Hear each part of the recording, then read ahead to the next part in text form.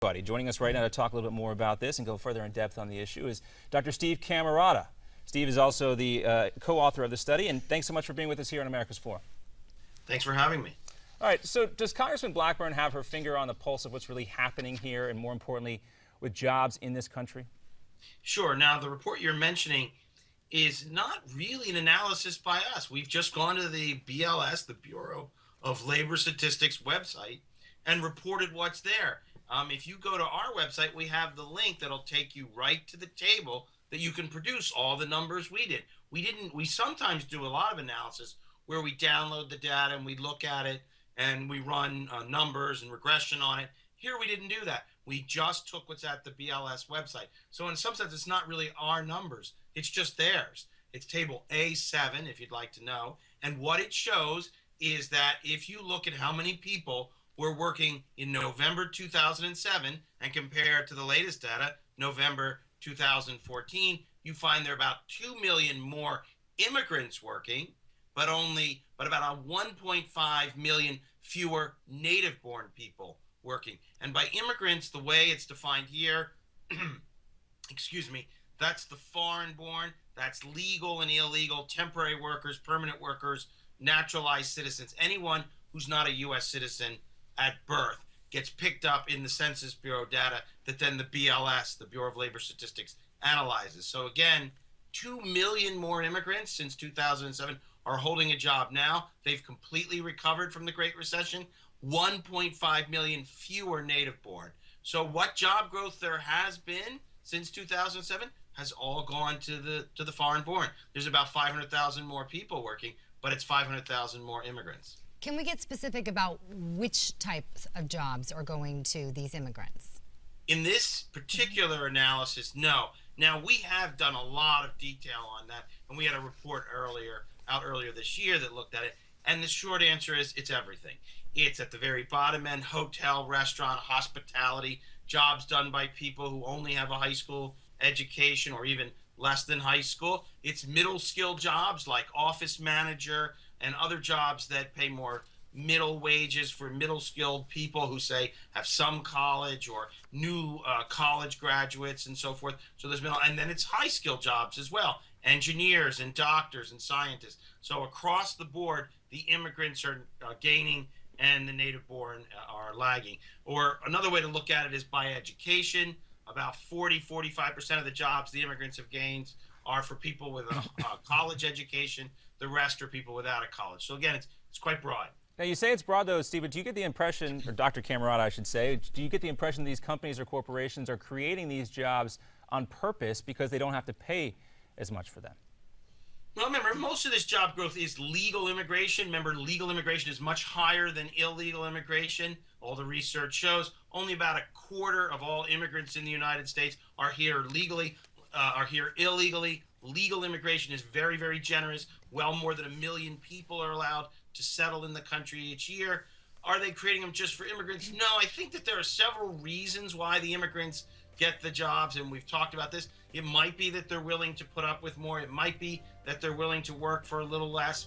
But the data doesn't show they're working for a lot less. All right, well, let's leave it there for a second, Steve. We'll take a quick break. We got to run, take a commercial. We've got a lot more to talk about here on this study. We'll be right back on America's Forum. John Bachman, Miranda Khan. Please stick around right after this. And we're pleased to be rejoined now by Dr. Steve Camarota, who's Skyping in from Washington, D.C. this morning. Dr. Camarota is the Director of Research for the Center for Immigration Studies and the co-author of the new report detailing the displacement of American workers. Thanks for staying with us, Dr. Camarota. Sure. Now, we've been talking about the breakdown and who's getting what jobs and why, but I also wanted to kind of take a historical look at this. I mean, how does this differ from other times in history when there have been a lot of immigrants coming into this country, the Irish, the Italians, so forth and so on? Is it different now? Well, in some ways it's not. I mean, one of the big ways, of course, it's different has not to do with the labor market. In the past, we didn't have a big government, right? Government is over a third of gross domestic product. Back in 1910, during the last great wave of immigration, it was 5%. That's federal, state, and local all together, just about 5%. So we had a very different situation. In those days, if a lot of low-income people arrived, it didn't really overwhelm the social safety net or anything like that because we didn't have it. Today, It's a very different situation. But in terms of the labor market, in some ways, it's very similar. And in fact, it was only after the cessation of the Great Wave, which lasted 1880 to 1920, roughly speaking, with restrictive legislation in the 20s, that then we saw, and then a low period of immigration for about half a century, that we created the very large middle class that we think of in the 40s, 50s, and early 60s. So you could argue that was a heyday for American workers because immigration was so low. It had reached about 14, 15% by 1920, or actually 1910 was a peak, but about that. By 1970, it was down to less than 5%. And so it had dramatically declined as a share of the population because so few people were coming in. Wages grew, and we created a middle class. Right. Going back to the now, doctor, what conclusions can be drawn from this analysis? Well, the main thing is that President Obama and lots of Republicans and lots of Democrats don't even just want to give work permits to millions of illegal aliens. We could debate the wisdom of that. But remember, what they really want to do is dramatically increase the number of foreign workers allowed in, whether it's in agriculture, which is just a small part of the economy, but it's also for hotel and restaurant jobs. It's also for retail jobs, very large sectors. It's also at the high end for nurses and engineers. What the bill that the Senate passed last year, S-744, that the president and lots of Republicans supported, but it died in the House, it would have doubled the number of foreign workers coming in. Instead of 1 million permanent workers a year, it would have been up to about 2 million. And then they also expanded all these guest worker programs as well. But what the latest data show is something I think most Americans know.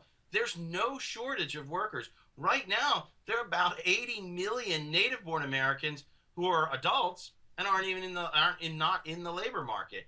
So what we've had is an explosion of non-work, and yet, unfortunately, both parties, especially the Democrats, but in many ways the Republicans too, are still arguing we need to actually even increase the number of workers allowed in. Well, Dr. Camarota, with about 30 seconds left to go, what do you think would change the current trend line? Or does it need to be changed, in your opinion? Right. I think. Look, if we want to get Americans back to work, we have to consider. We certainly don't want to double immigration, and we have to do with what was suggested in the 90s during the Jordan Commission. Barbara Jordan headed a commission that suggested bringing those numbers down to maybe 500,000 legal immigrants a year. But unfortunately, Washington does not seem very interested in doing what's best for American workers, but rather it tends to be representing the interests of illegal immigrants or the companies that want to hire more foreign workers. And that is the biggest argument against what the president is trying to do by folks like Dr. Camarota. Dr. Steve Camarota from the Center for Immigration Studies, thanks so much for being with us, sir. Thanks for having me. All right, much more to come here on America's Forum. We're going to take a look at the political talk shows yesterday. We watched them, so you didn't have to. But important stuff. Stay tuned.